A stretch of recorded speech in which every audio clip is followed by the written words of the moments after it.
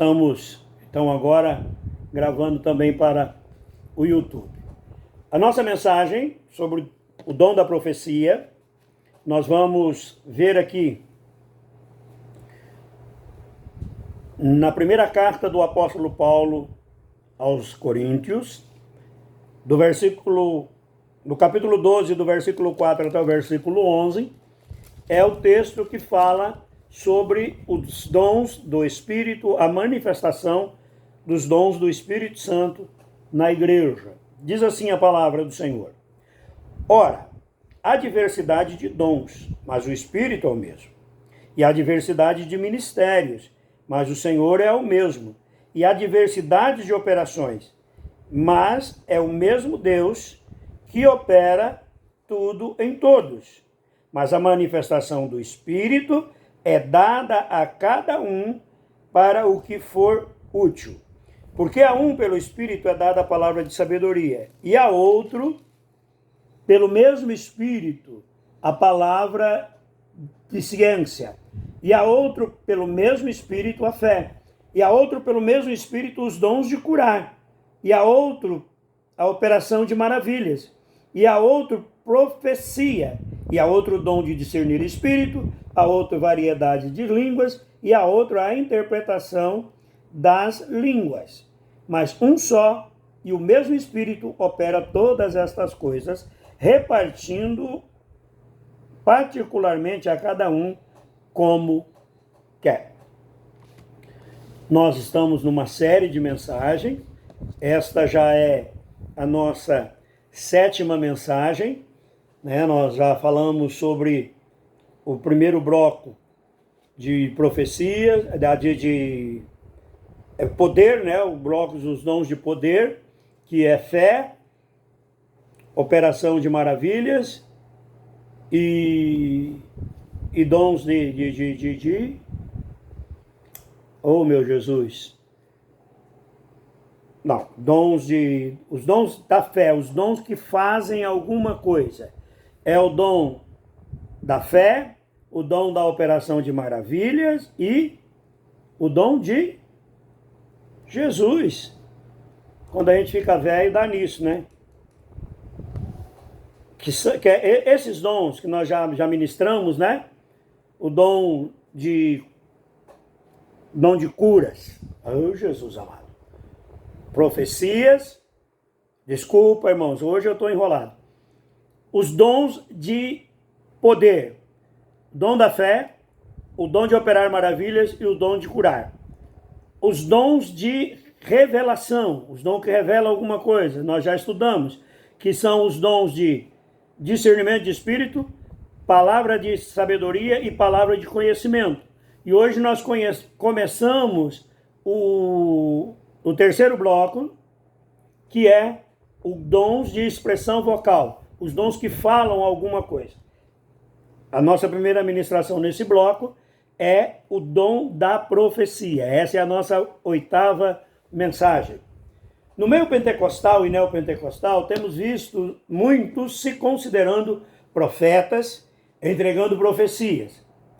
Infelizmente,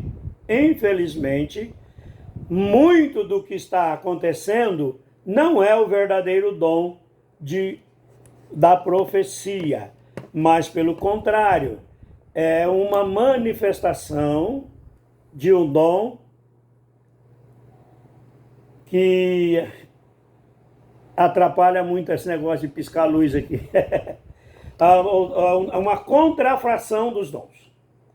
Contrafração é uma manifestação do inimigo ou do próprio homem como se fora de Deus. É uma mentira, não é uma verdade. Nós temos aqui, nesse dom, talvez o dom mais manifesto nas igrejas. Nós temos visto muitas profecias, e eu chamo de profetadas, né? Tem alguns meninos aí que tem um que não sei o quê, eu que sou profeta, que não sei o quê. Bom, precisamos lembrar que são 3 os espíritos que atuam na dimensão espiritual e que podem se manifestar com profecias. O primeiro espírito é o próprio Deus, um dom sério, uma palavra séria de Deus. O segundo espírito que pode manifestar é o homem, entregando profecia da sua própria cabeça, da sua carne, né? E também, hoje em dia, nós sabemos que tem pessoas que se dizem profetas e que vão no Facebook e procuram saber os acontecimentos das pessoas no Instagram, e quando elas vão pregar na cidade daquelas pessoas, elas dão uma pesquisada ali e vê a foto e tal, e quando está na igreja começa a fazer umas revelações a respeito do que ele viu no Facebook. Isso é coisa de homem, isso é contrafação. Pode ser do homem, pode ser também do reino das trevas. Uma profecia pode vir de Satanás para destruir e para levar você a um lugar muito ruim. Então você tome cuidado, né? Tome cuidado. Eu passei por uma experiência muito séria, graças a Deus que eu já tinha um pouco de conhecimento e eu não fui enganado. Uma certa vez eu estava como missionário da segunda igreja presbiteriana renovada da cidade de Campo Grande. Eu era missionário na cidade de Anastácio, estava plantando a igreja lá. E o nosso trabalho estava se desenvolvendo, tínhamos comprado um terreno, tínhamos um grupo de 25 a 30 pessoas, já tínhamos começado uma outra congregação na casa do pastor Luiz Carlos, que hoje é uma grande igreja lá em Aquidauana, e o pastor Luiz Carlos está lá pastoreando a igreja, e o pastor da segunda igreja, o pastor Antônio Bueno, me procurou e me chamou para voltar para Campo Grande, para ser co-pastor dele lá na igreja sede, e fez lá as ofertas e apresentou as possibilidades, melhoraria meu salário, me ajudaria bastante em algumas outras coisas. Eu pedi para ele um tempo para orar e fui fazer uma campanha. Eu gostava muito de ir no monte lá. Lá tinha um monte a 10 quilômetros da cidade e eu ia sempre para esse monte lá para orar lá no Morrinho, em Aquidauana. Quem mora naquela região sabe, lá indo lá para as aldeias da Limão Verde. E lá no Morrinho eu ia todo dia, saía de casa às 5 horas da manhã, pedalava minha bicicleta, subia lá o morro e ficava lá até 1h30, 2 horas da tarde. E eu fui segunda, terça, quarta, quinta, sexta, sábado, e todos os dias que eu orava ali, dentro do meu coração crescia a certeza de que não era a hora de sair de Anastácio, que eu deveria permanecer mais um tempo em Anastácio. Embora a condição que me era oferecida era muito melhor em Campo Grande. Aí, no sábado à tarde, aliás, no sábado, junto comigo foi um pastor amigo meu lá, e nós estávamos orando lá, armamos uma rede, ficamos ali lendo Bíblia e orando, e jejuando ali em cima do monte. Quando foi, o pastor saiu para ouvir umas pessoas orando, ele foi lá naquela reunião e ficou um pouco lá, e depois veio. E quando aquele povo resolveu ir embora, eles desceram lá no local que a gente estava, que era um pouquinho abaixo de onde eles estavam, e pediram para orar conosco. E começaram a orar. Alguém começou a falar em línguas estranhas e eu já me incomodei. O meu espírito já não testemunhou com aquela situação que estava acontecendo. E de repente a mulher que estava fazendo a oração em línguas começou a profetizar. E ela disse assim: eu já disse que você deve sair daqui. Mas você é teimoso, você não vai. O teu tempo já acabou. Já era para você ter ido embora daqui.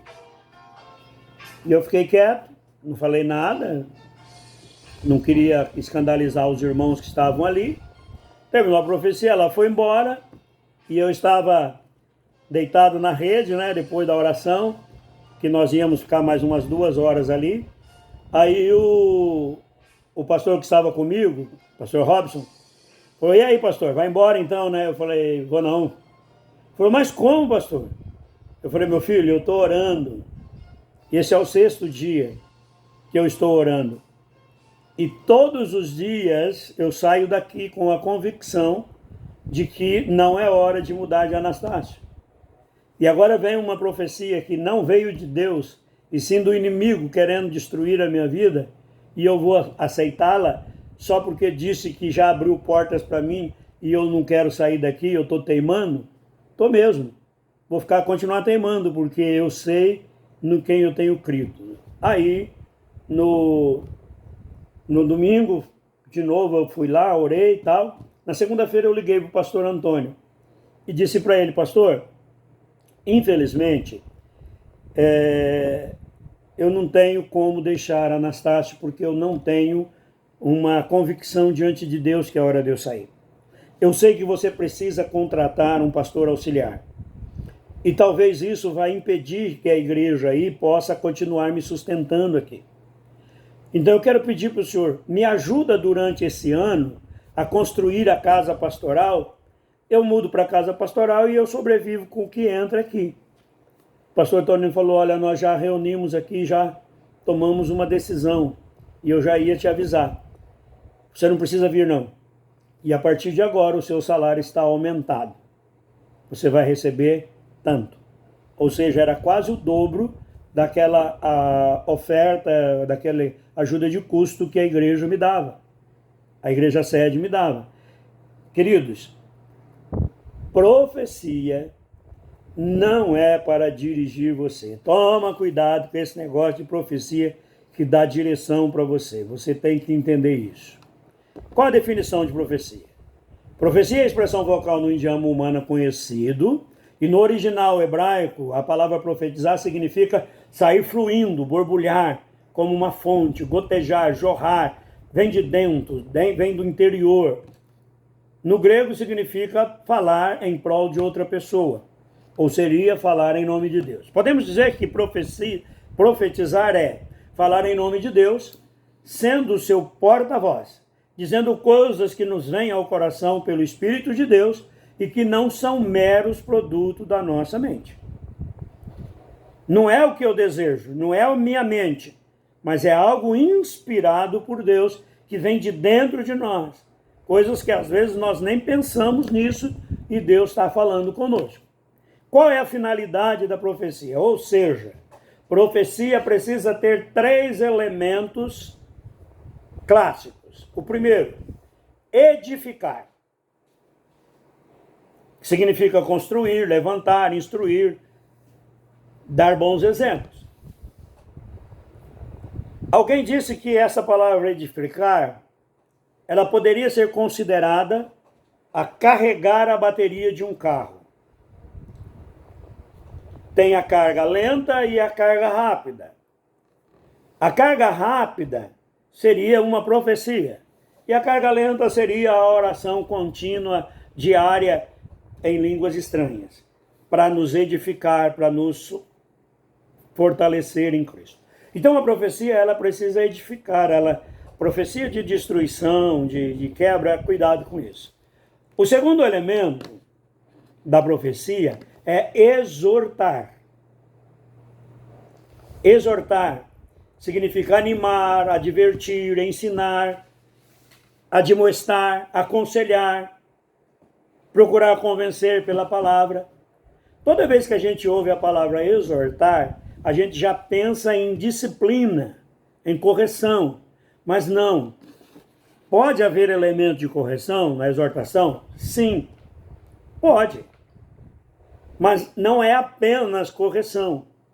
Nós precisamos tomar muito cuidado, porque muita profecia vem com acusações.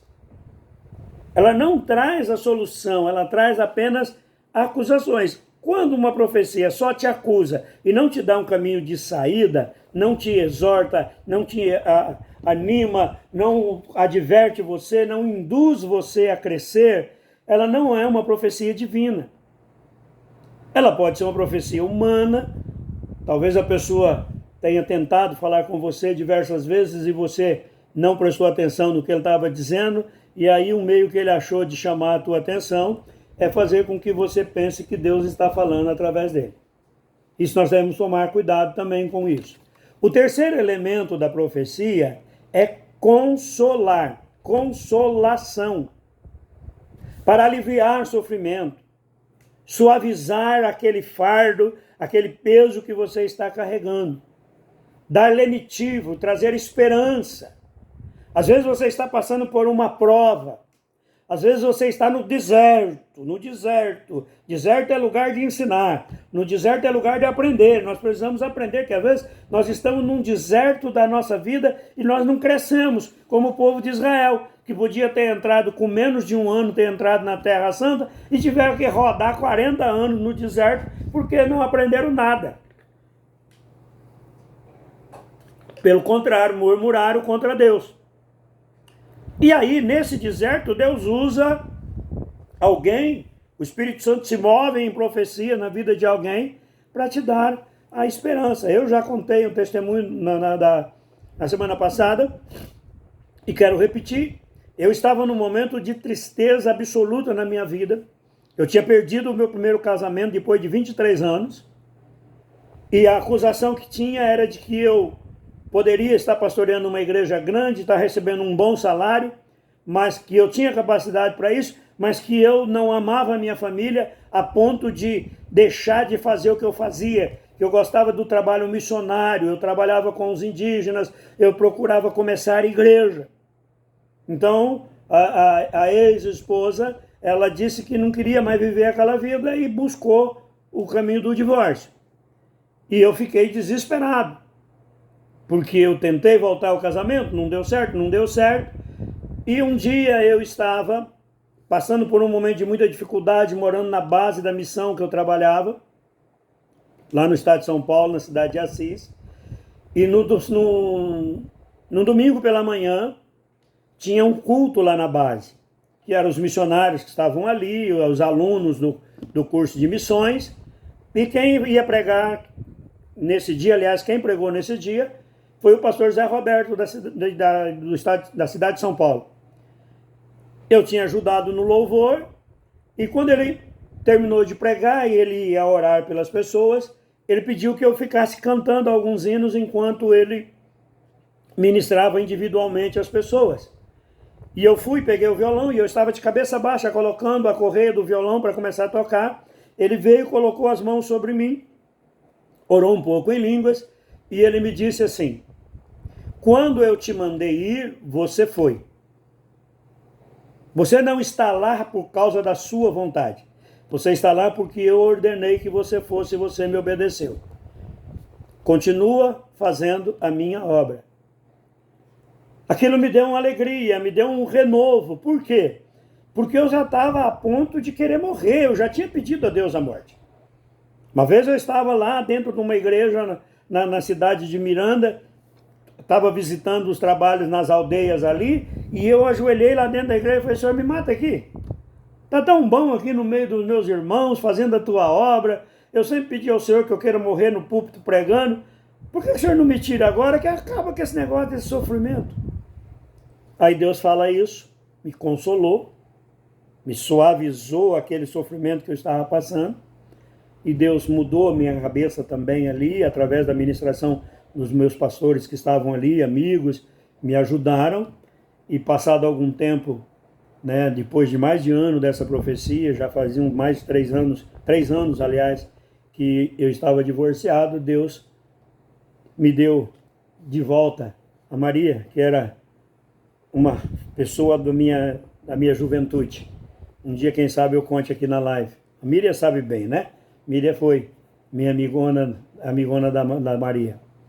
A Maria Lúcia, a pastora Maria Lúcia. Então, queridos, e Deus mudou a minha história, Deus me restaurou, Deus me colocou de novo no pastorado e me deu chance de fazer a obra do Senhor. Aquela profecia mudou toda a história. Aquela profecia me fez entender que, embora fosse realidade de que eu estava, olhando só para aquele lado, mas eu não estava olhando para aquele lado apenas porque era uma vaidade minha. Eu estava olhando para aquele lado porque era o meu chamado, e eu estava fazendo aquilo que Deus tinha me chamado, e isso foi excelente. Então, 3 elementos que tem que ter na profecia: exortação, consolação e edificação. Amém? Não teve esses elementos? Está enrolado. O que não é o dom da profecia? O dom da profecia não é predição. No dom da profecia, na profecia em si, na manifestação da profecia, não há elemento preditivo. Pode ocorrer que durante uma profecia haja uma revelação do futuro, uma predição de Deus, mas aí já não é uma profecia, é uma palavra de sabedoria, que ela pode se manifestar junto com a profecia, como também pode se manifestar a palavra de conhecimento. A situação que estava acontecendo, como aconteceu comigo. Deus disse, eu mandei e você foi. Ou seja, quando você saiu para fazer a obra, que você sentiu para fazer a obra, era eu que estava lá. Era uma revelação do passado presente, ou seja, a palavra de conhecimento. E se houver uma predição, então será palavra de sabedoria. Não é a pregação também. Embora pregar seja falar em nome de Deus, e devia ser, infelizmente hoje, muitas das mensagens que nós estamos ouvindo aí é coaching. Eu sei, porque eu estudei, eu fiz um curso de coaching. Eu poderia estar aqui usando técnicas da neurolinguística, PNL, programação neurolinguística. Eu poderia falar aqui com vocês a respeito das crenças limitantes, do mapa da sua mente. Queridos, isso está sendo pregado nas igrejas, está sendo utilizado nas igrejas, mas a pregação verdadeira, ela é uma exposição da Bíblia. E normalmente ela é e devia ser sempre fruto de estudos e meditação. Eu sempre gosto de dizer que no meu primeiro livro que eu li sobre homilética, a arte de pregar sem anotações, o nome do livro, nem existe mais, muito antigo, emprestaram e não devolveram. Lá eu aprendi duas coisas tremendas. A primeira, uma mensagem de 30 minutos, ela exige pelo menos 8 horas de estudo para você preparar uma mensagem de 30 minutos. Uma mensagem de Deus, inspirada, baseada na palavra, bem organizada. Então você estuda durante 8 horas preparando, Você faz anotações, você guarda. Eu tenho umas caixas de mensagem aqui, que de vez em quando eu pego as primeiras que eu pregava, eu falo, Jesus tem misericórdia, eu preguei isso. Mas era o que eu sabia. E eu estava crescendo. Então, você estuda durante 8 horas para pregar 30 minutos. E com o passar do tempo, você vai pegando bagagem, aí você vai tendo mais argumentos para falar. A segunda coisa muito importante que eu aprendi é que eu tenho que olhar para a minha audiência e imaginar qual é a pessoa que está ali que tem menos conhecimento de estudo. Ou seja, que é o analfabeto da turma ali. E que eu devo pregar para que o analfabeto entenda. Porque se o analfabeto entender, o doutor vai entender também. Agora, se quando eu ver o doutor, eu resolver pregar para o doutor, o analfabeto não vai entender. É por isso que você me vê falando, às vezes, coisas que eu faço questão de falar errado. Quando eu estou conversando com uma pessoa de um nível maior, eu procuro tentar chegar ali. Nem sempre consigo, Eu chego perto ali. Mas isso que eu aprendi. Mas a pregação é isso, então. A pregação é um tempo que você passa estudando. Porém, dentro de uma pregação, pode haver um momento profético.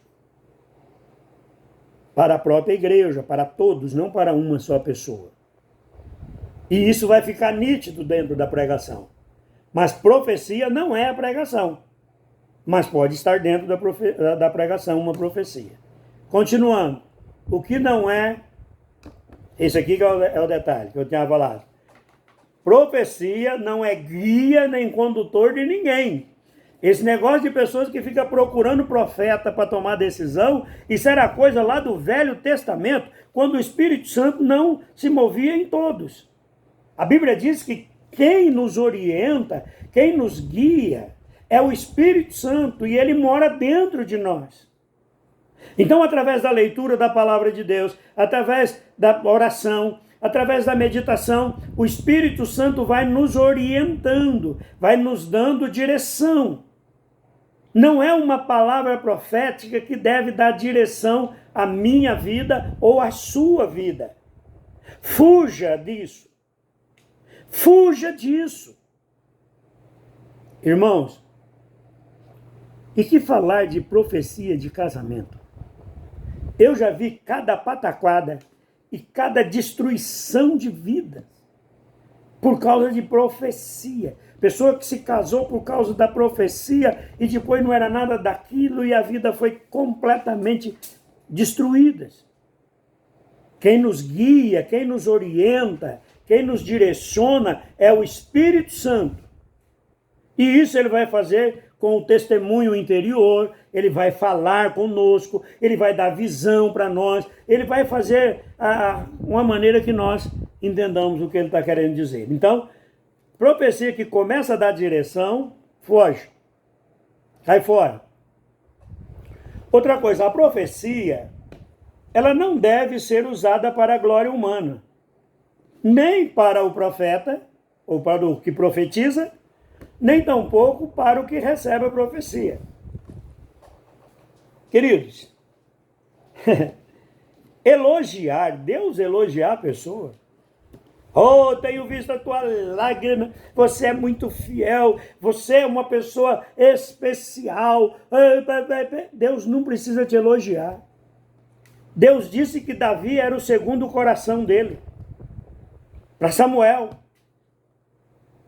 Mas quando Davi pecou, que precisou do profeta ir lá discipliná-lo, o profeta não chegou elogiando, não.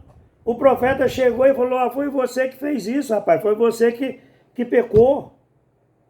Deus não precisa me elogiar, Deus não precisa te elogiar. Lembre-se de uma palavra de Jesus. Jesus disse assim, que quando o servo faz tudo o que lhe é mandado, aí ele recebe uma categoria especial. Qual é? Servo inútil. Porque só fez o que era mandado. Devia ter procurado fazer além disso, além do que é mandado. Terrível isso, né? E tem muita gente que começa a se sentir especial, ou os irmãos colocam a pessoa como especial, porque ela profetiza, porque ela tem visão, porque ela tem isso, porque ela é aquilo outro. Presta atenção, quero dizer uma coisa para você. Eu não disse na semana passada, mas vou dizer agora. Tome muito cuidado com pessoas que recebem pessoas em casa para profetizar para essa pessoa. Por quê? Porque a profecia pode vir de Deus, pode vir do coração do ser humano e pode vir de Satanás. Essa pessoa começou bem, lá na igreja Deus se manifestou e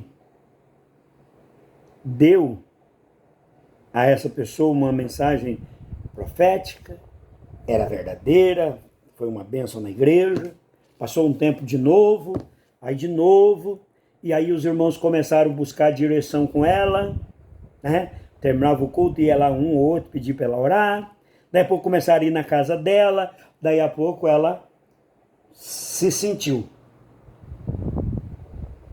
Ela tinha a glória humana ao seu lado. Ela era a profetisa. Você deve rejeitar. Se Deus te usa em profecia e as pessoas te procuram para receber profecia, dê-lhe uma chapuletada e manda eles orarem e viver com Deus. Logo que eu mudei para Anastácio, apareceu um rapaz na minha casa. À noite. Ele tinha dificuldade para falar, ele devia ter algum problema de coordenação, que ele falava meio truncado. E ele era da igreja Jerusalém Avivamento, a igreja que eu congrego aqui agora. Ele era da igreja Jerusalém Avivamento, lá na cidade de Anastácio. E o pastor da igreja lá era meu amigão. era meu amigão. A Igreja Jerusalém Avivamento era uma igreja mais radical, com usos e costumes, e eu sempre fui meio liberalzão. Às vezes eu ia lá na igreja dele de chinelo de dedo, né? Calça comprida, camisa de manga curta, barba por fazer. Ele ia e mandava o obreiro vir me buscar para levar para o púlpito. Eu falava que não ia, ele descia de lá e me pegava pela mão, me levava, colocava lá no púlpito. Ele tinha uma consideração muito grande por mim. O pastor Ramão, já está na glória. Homem de Deus. Pastor Ramão Sanabria. Pessoal aí, talvez do Pantanal, possa conhecer ele, principalmente da cidade de Miranda. Ele esteve também em Anastácio bastante tempo. E aquele rapaz chegou lá em casa e foi conversando comigo, e ele começou a insinuar que ele queria vir congregar comigo, porque ele tinha um desejo de ser pregador, de ser pastor, mas o pastor Ramão não dava oportunidade para ele. Só deixava ele cantar lá de vez em quando, e ele começou a falar, colocar as dificuldades do relacionamento dele com o pastor Ramão. Aí eu falei para ele, olha, moço, é o seguinte, você bateu na porta errada. Eu não estou procurando obreiro, eu estou começando uma igreja. O que eu quero é pegar gente que esteja desviada e trazer de volta para a igreja. O que eu quero é pegar pessoas que não conhecem Jesus e levar o evangelho para elas. Eu não quero um obreiro de outra igreja. E outra coisa, vou dizer uma coisa para você. Amanhã, eu sei que é ceia lá na igreja Jerusalém Avivamento. Então eu não vou conversar com o pastor Ramão amanhã. Mas segunda-feira eu vou lá na oficina, lá no pastor Ramão, para falar com ele e dizer para ele que você veio aqui em casa falar mal dele para mim. Ele assustou e falou assim, mas não, pastor, eu não vim aqui para isso, não. Eu falei, então o que você veio fazer aqui? Ele falou, não, eu vim aqui para o senhor orar por mim, para o senhor profetizar para mim. Eu falei, já profetizei, se arrependa, vai lá e pede perdão para o teu pastor, para você poder tomar ceia. Pode ir, essa é a profecia de Deus para você. Irmãos, a gente não pode permitir que as pessoas nos tirem do momento de Deus, da direção de Deus. E tem acontecido muito isso. Olha, presta bem atenção. Tem pregadores por aí cobrando para pregar. Problema de cada um. Mas por que ele cobra uma grana alta e as pessoas vão lá? Porque ele profetiza coisas que são agradáveis. Porque ele fala do sucesso que Deus escolheu, e acerta uma coisinha daqui, acerta outra coisinha dali, e as pessoas dão para ele. Em vez de ofertar num ministério que é sério, num pastor que tem pouco estudo às vezes, tem até algumas dificuldades, mas é um homem de Deus sincero, está ali cuidando das ovelhas, abençoando. Essas pessoas dificilmente recebem uma oferta boa. Eu já fui pregar num lugar que eu não recebi sequer o dinheiro da passagem para voltar para casa. Era lá em Campo Grande, eu fui de um bairro no outro, e o pastor tinha me convidado para pregar, e terminou, ele se enrolou lá e caiu fora, e eu, graças a Deus que ainda tinha um troquinho na mão, dava para pagar a minha passagem de volta. Mas nem sequer uma oferta de 1 centavo. Mas para o enganador, nego, mete a mão no bolso da igreja e a pessoa, para com isso. Profecia não é para engrandecer aquele que profetiza, e profecia não é para exaltar aquele que recebe a profecia. Exortar, edificar, consolar.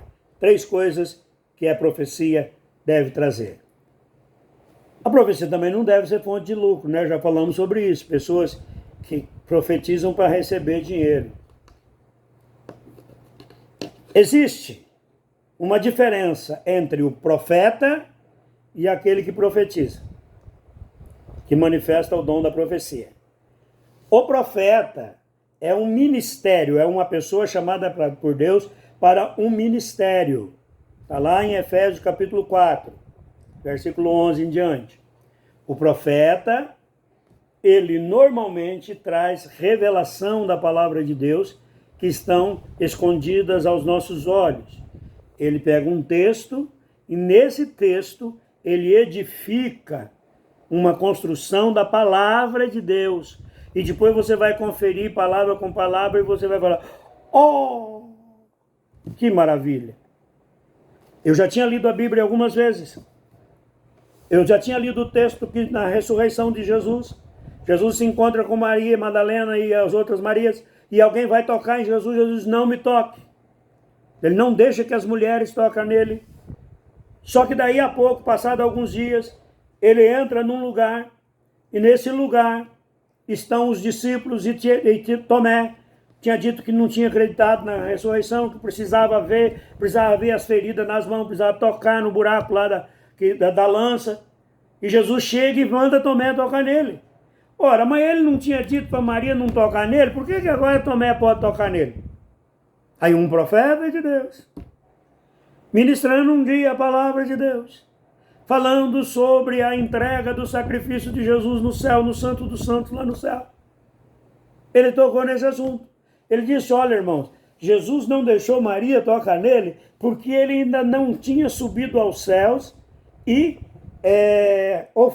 oferecido o sacrifício dele no Santo dos Santos. Tinha acontecido fisicamente na terra, Deus tinha agido, ressuscitado Jesus, e agora ele sobe ao céu, apresenta, está lá em Hebreus, apresenta diante de Deus no Santo dos Santos o sacrifício dele e retorna e passa cerca de 40 dias com os discípulos aqui na terra. Trouxe revelação da palavra de Deus. Esse é o ministério profético. O profeta não é para sair por aí, assim diz o Senhor, isso e aquilo outro, assim diz o Senhor, isso e aquilo outro. Né? Eu já vi alguns que são chamados de profeta, que não tem de profeta nem o P. O ministério profético do profeta, ele tem acoplado a si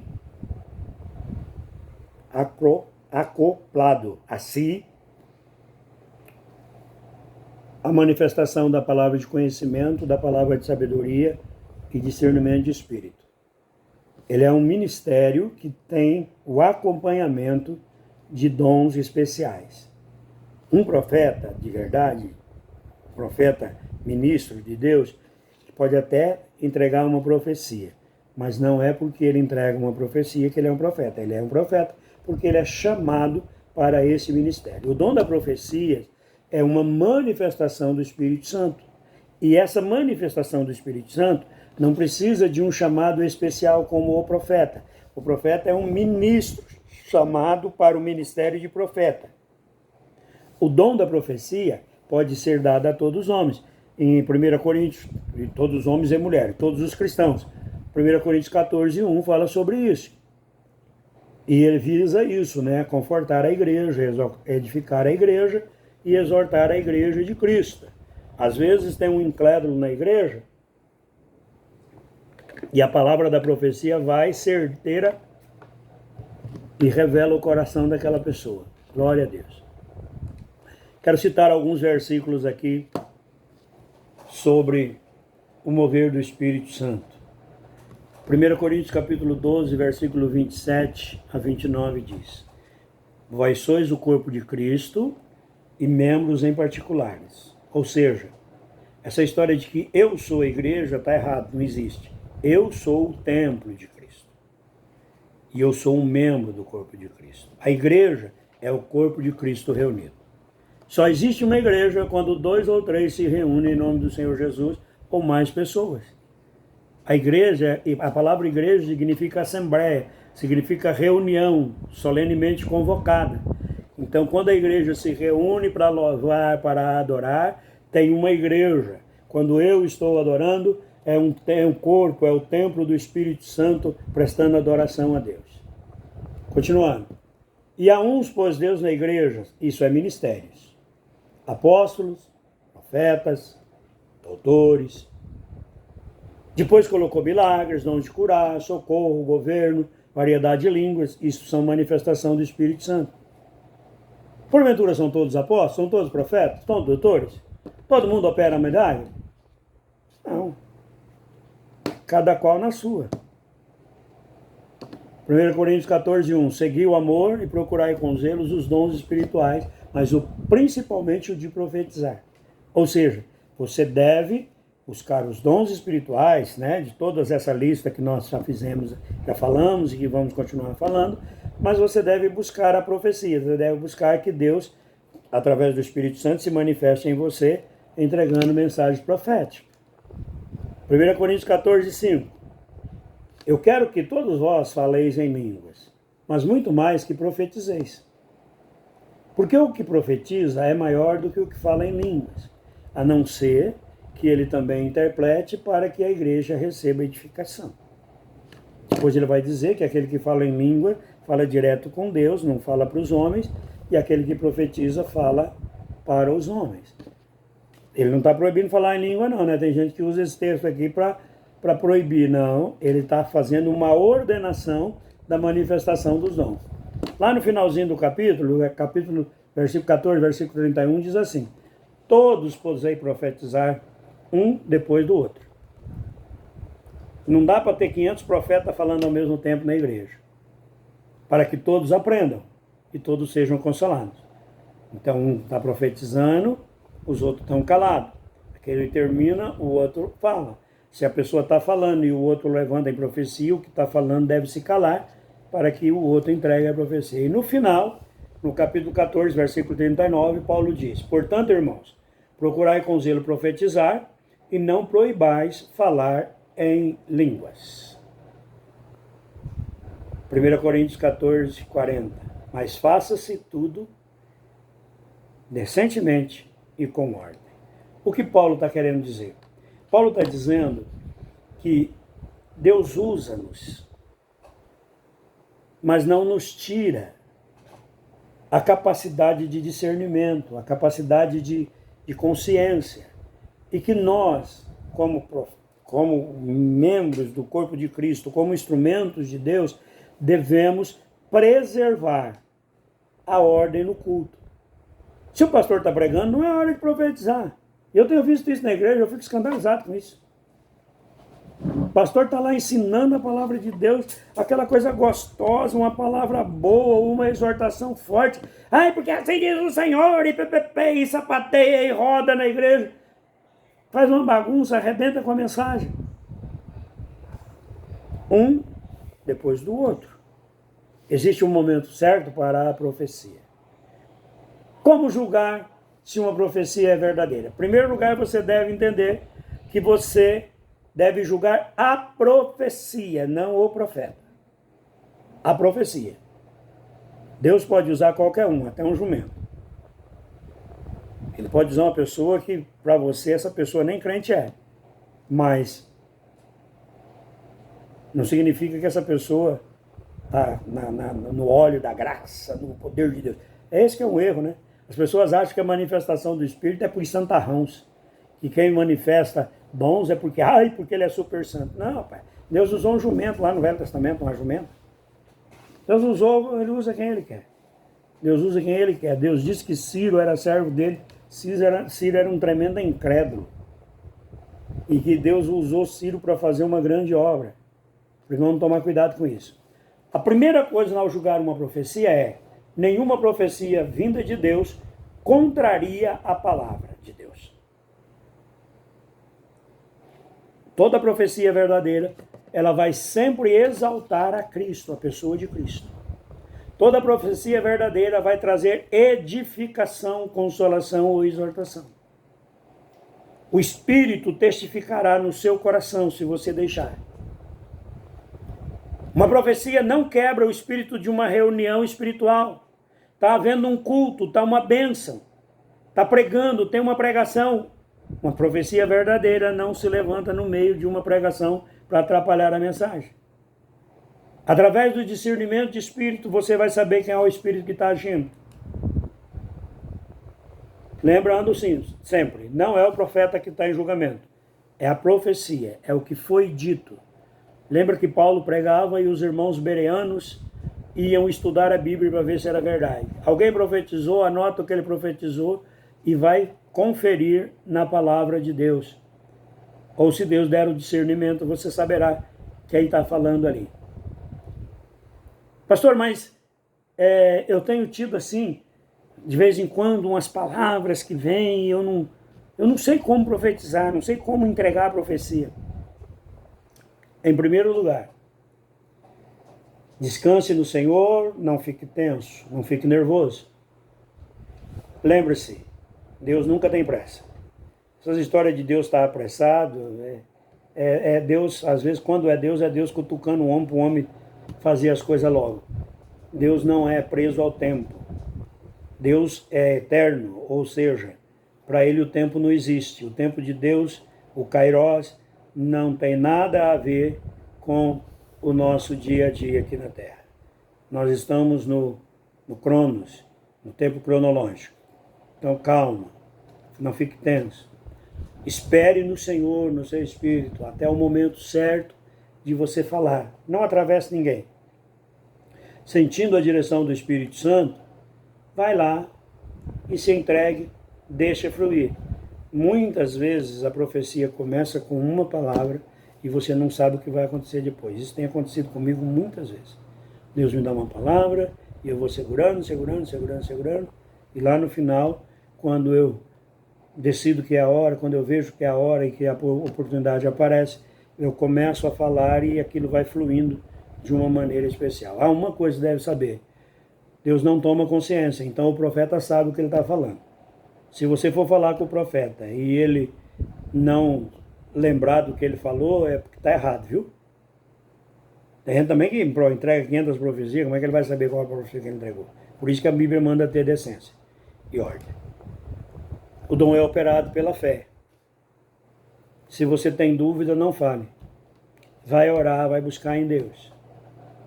Comece a falar tudo o que Deus te der e continue com simplicidade. Seja simples. Você não precisa enfeitar o pavão. Não é Deus que está falando, Deus falou a você e você está falando. Você está falando em nome de Deus. Sabe, tem pessoas que usam uma posição de autoridade como é o próprio Deus que está me usando. Ou seja, eu sou um instrumento de Deus. Deus me tomou em profecia. Deus me tomou. Esquisito isso. Não é bem por aí não. Enquanto você está falando, com calma, espere silenciosamente em Deus para que Ele continue a mensagem. Não vá além da medida da fé. Não tente explicar a profecia. Não tente fazer o outro entender o que você está falando. Você entregou uma palavra de profecia e você achou que está meio truncada, esqueça. Deus está falando com a pessoa através de você, Deus está te dando palavras para falar com essa pessoa vai entender. Não se preocupe. Discerna em seu espírito que quando terminou e pare. Não fique enchendo linguiça, não precisa falar muito. A palavra de Deus, uma piquitititinha assim faz mais um estrondo tremendo, tremendo. Lembre-se, o Espírito não tira a consciência da pessoa. O Espírito Santo te dá a liberdade para você não iniciar a profecia, dá a liberdade para você cortar a profecia no meio. O Espírito seu, o teu Espírito que está em comunhão com o Espírito Santo, precisa ter essa liberdade. Por quê? Porque você é um instrumento, você não é um objeto de Deus. Deus não te usa como um objeto fazendo coisas que você não quer fazer. Deus te respeita. E é por isso que você deve respeitar a Deus e o Espírito Santo. A Bíblia diz que o Espírito Santo nos convence. O Espírito Santo nos convence. Queridos, faça a obra do Senhor. Entregue-se ao Senhor. Deixe o Espírito Santo mover na sua vida de uma maneira que ele tenha liberdade para te usar.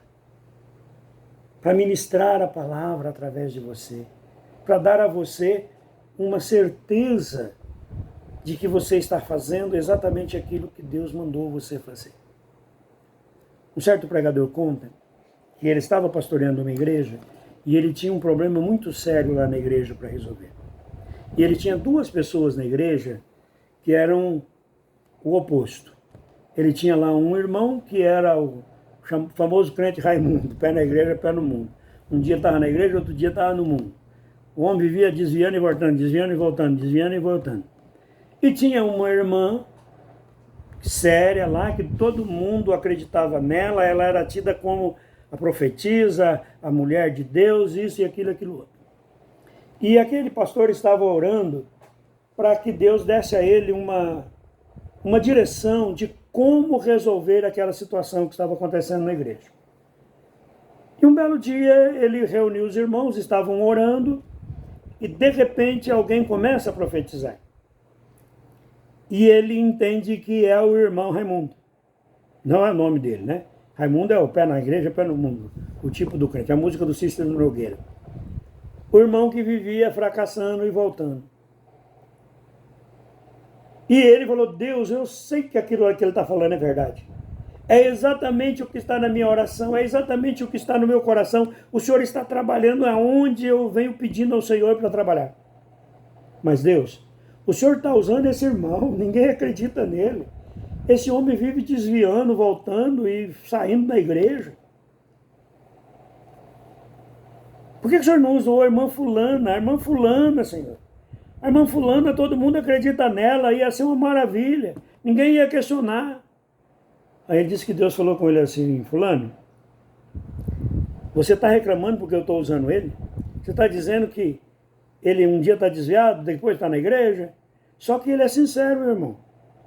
A hora que ele desvia, ele vai lá para o mundo, ele peca, ele erra. E quando ele se reconcilia de verdade. Ele vem buscar a minha presença, ele está na minha presença, né? E está em obediência. Agora, chama a queridinha sua lá, a santinha da sua igreja, e pergunta para ela o que 25 anos atrás eu mandei ela fazer. E pergunta se ela fez o que eu mandei. Ela é uma desobediente. Para você ela é correta. Para mim ela está errada, porque ela está em desobediência com a minha palavra. Então, queridos, não julgue o profeta. Não fique olhando para o profeta. Não selecione o profeta para você. Ouça o que está sendo dito, julgue a profecia e receba a profecia verdadeira em nome do Senhor Jesus. Amém? Aleluia. Pai querido, muito obrigado pela tua palavra. Que a tua palavra permaneça no coração dos irmãos e que eles sejam, Senhor, abençoados e que possam caminhar sempre na direção do Senhor. Usa, Senhor, o irmão, a irmã, ministra através da vida dele para a tua igreja. A tua igreja precisa de profecia verdadeira. A tua igreja precisa do mover do teu Espírito Santo. É isso que eu te peço em nome de Jesus. Amém?